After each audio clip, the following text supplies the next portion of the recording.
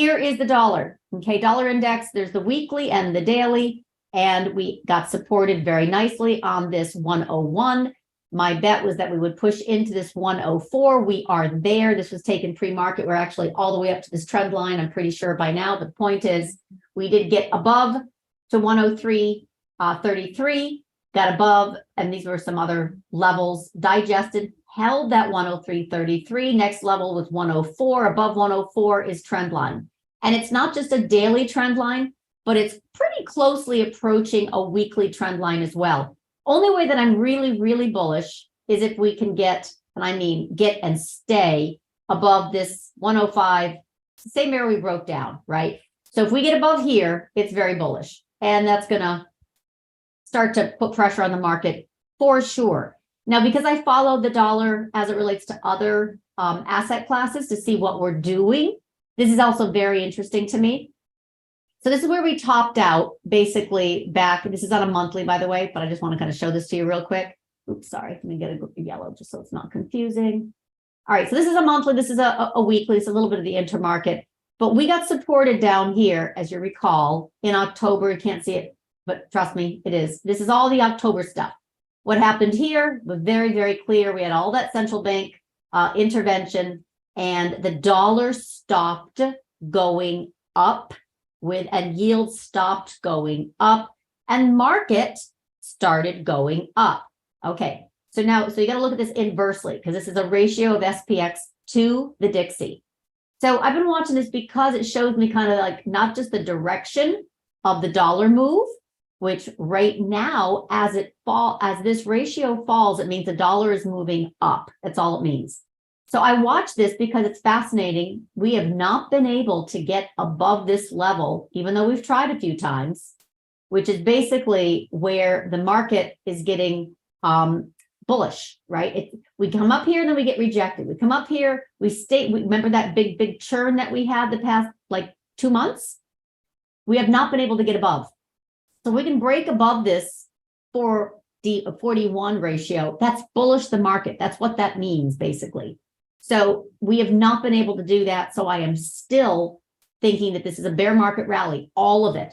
When and if we get above this 41 ratio, I am much more bullish, and then especially bullish on a monthly, we get above this 42 ratio. This has nothing to do at all with NVIDIA.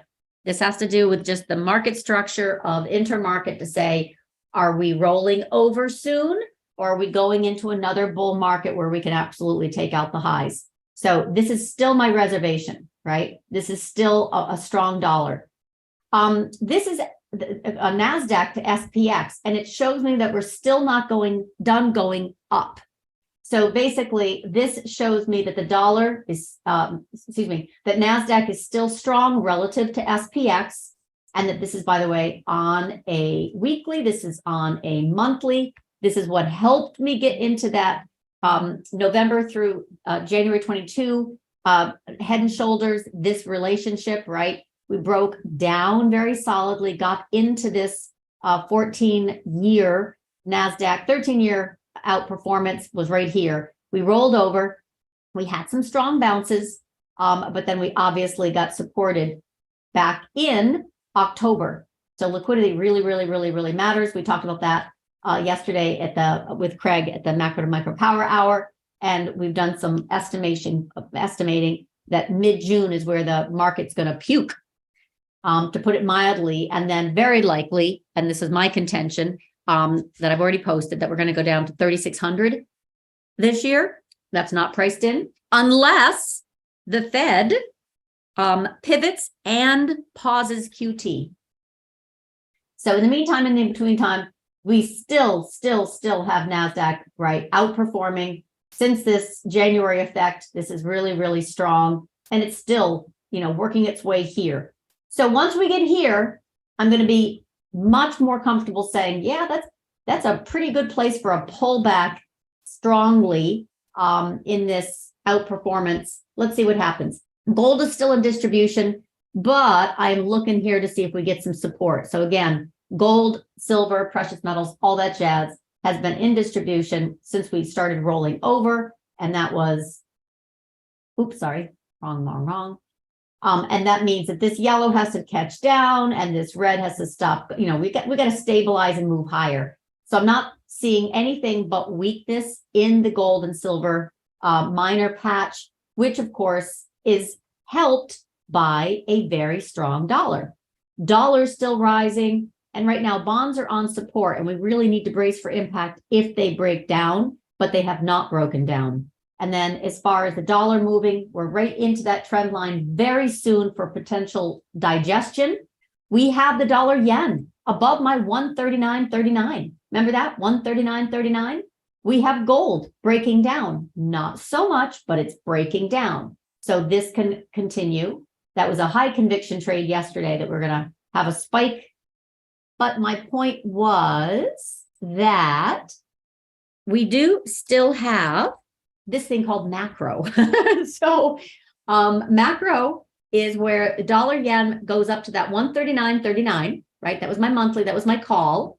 And now what happens? Because that was exactly what I saw. Tap, tap, you're it. We held beautifully. And I said, if we get above this 137, it's going to move quickly. Boom, up on top. And then there's your trend line. And then it just right on up to 139.39 monthly. So this is still in play. And there we go. There we go. We are here, which is really important because why am I so like agitated about this while the market is totally focusing on NVIDIA? Because this matters more. These Asian currencies matter so much more. All right, the UUP has just reached 200-day. What typically happens is digestion.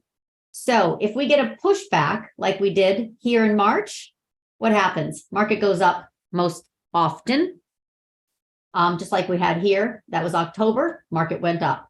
Okay, market goes down, market goes up. So we basically have this really strong level of resistance right now. But in my experience, it means we kind of squirrel around here for a little while. So above is very bullish, getting rejected is bearish. And then basically you can see this 28.52 if you're into UUP. It's not my preferred measure, but I'm just showing it because we're there.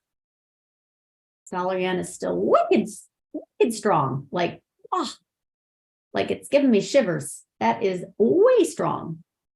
So I'm waiting for this to get rejected. That would be a pretty nice inflection point for markets. If the dollar comes back down with the dollar yen, dollar yuan, and the bonds get supported, pulling TNX back down, the 10-year back down.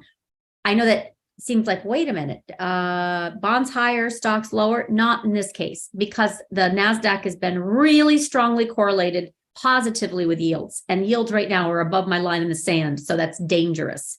So the market's having a hard time moving higher. If we could get yields back down, bonds don't fall apart, it's actually constructive. We could actually move higher.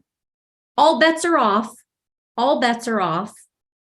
If bonds crash here, it's going to take stocks with it. It's not bullish. So we're not really in this kind of inverse relationship right now of stocks higher, bonds lower.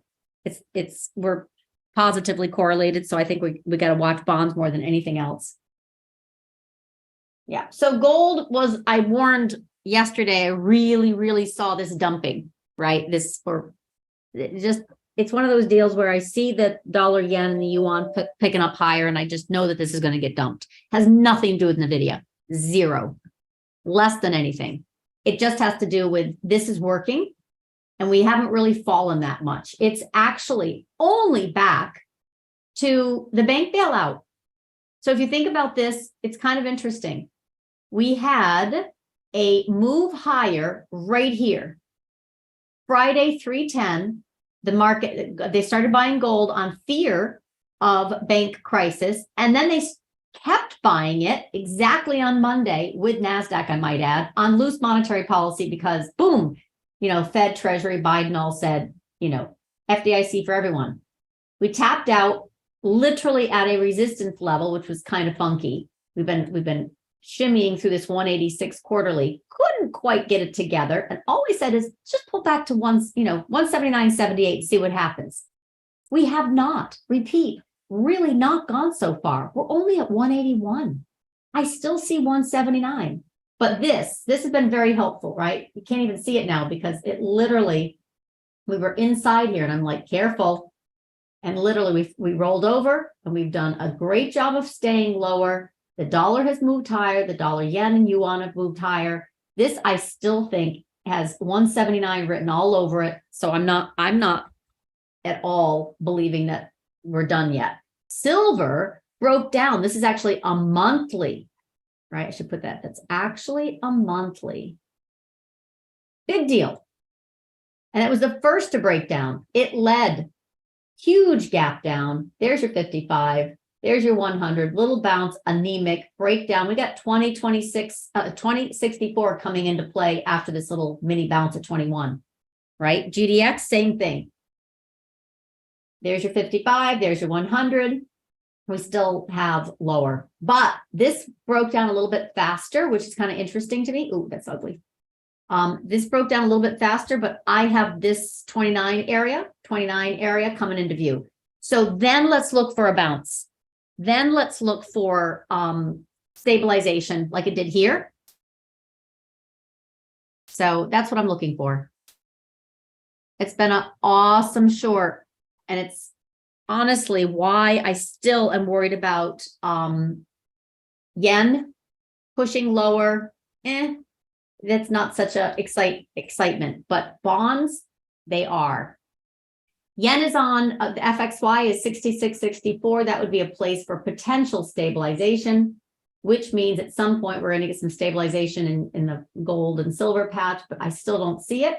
For a swing short, it's still working. I've got 179 coming in next for GLD. We definitely have an inflection point where dollar yen and dollar yuan are getting into dangerous territory, but they're also resistance levels. So let's see. Yeah, gold is still in trouble. I still see 179. Really, I know I have emphasized this, that it has gone really sideways. But once we get this dollar yen above 137.5, we were going to go to 139.39 and gold was going to sell off. So now I'm very worried about dollar yen and yuan pushing higher above that, and that will dump this. And I'm worried about bonds now. Evening, and the debt ceiling will be pushed out. But look at the 10-year rising. So I had said 3.751 right now was the inflection point. I said we need to come back inside. Look what happened yesterday. 3.678. Nope, that's it. We're done. We're going higher. So we absolutely, bond bulls did not defend. Period. End of point. Okay. Everyone's chasing NVIDIA and AMD. Godspeed.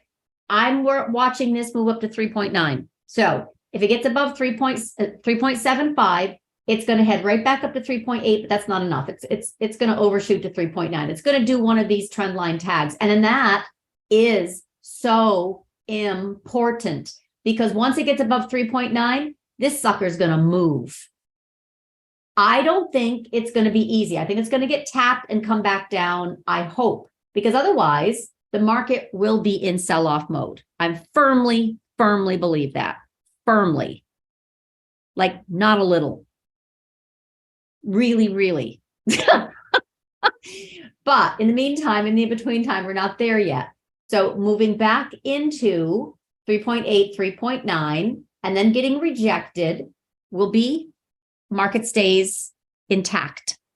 We get above 3.9, market has a high probability of revisiting 3,600 this year.